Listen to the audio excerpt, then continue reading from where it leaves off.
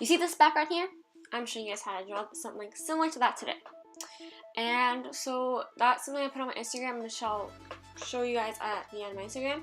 But first thing you're gonna do is you're gonna choose a color that you like, kind of like a main base color that you're gonna use, because there's a lot of different brushes I use and effects. So just choose that. You can just fill the whole thing in, fill it all. Then you can choose different effects. I'm just looking right now to see what I want. There's many different brushes. I'm gonna go for this one. For this brush that I have, it's just does a different colors, but for most brushes you can tweak just a tiny bit the color you choose, just make it a little darker or a little bit lighter depending what you want, but also you can make it really dark and then change the opacity of your layer. And in case you don't know what the application I'm using is, it's FireAlpaca. I'll link it in the description. So right now I'm just trying to choose what I want to use to draw the background. I want to add a little spiral effect. You can add circles, you can add different lines, but it's all up to you. Depends what drawing you have in front. So I think I'm gonna choose this one here because I like the way that it's straight, it's simple. Because when you're making your backgrounds, you can either make it really complex, really simple, or in between, right?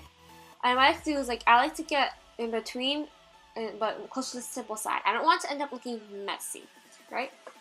With FireAlpaca, actually, it has the guides for the lines here, so you don't have to go with the line tool and spend a long time trying to perfect everything, which I'm so thankful for. Makes my job a whole lot easier. And as you can see right now, I'm changing the opacity as I was talking about before, so that it can look like it matches more, so it doesn't look too dark. Then I'll have to end up changing the color non-stop. Now I'm just testing the polka dot. I'm not sure if I want to do it. Polka dots are really hard to use. You'll have this option. So what I suggest doing is after you've done the perfect one, copy and paste it right below. I'm not doing that right here because I'm just trying to do 3 quick ones, but you can do different sizes and then do that. Here I am again with the opacity, making it light so you can just barely see it. Just adds a little nice detail in there. Then I usually like to grab sparkles. You can either choose black or white, usually that's what I recommend, and then you change the opacity. So just you can either leave it as is or change the opacity, just to add a cool effect. And right now I'm just going to grab Erickson from my drawing that I did that day that I posted on my Instagram. You can go like it if you want. Again, I'll be talking about that later on. So I'm just grouping up the different layers. I'm going to copy and paste it. And so you see there, now that's how it looks like if you were to have a drawing in front of it, or a different person or a portrait. And then I'm going to show you guys 2 ways that you can add another effect. This is fine as it is for just that as your art piece, but I'm going to be using airbrush and adding a little bit of shading behind it right now with a similar color. Again, if you do it too dark, just change the opacity after. I'm not going to change the opacity because I want it to be this dark. Just going to drag that there, just in the areas that I feel need to be shaded, kind of where it's normally be shaded. And I'm going to redo that one there. I think I did over-exaggerate that one. Just going to go through that side. And there. So that is one option.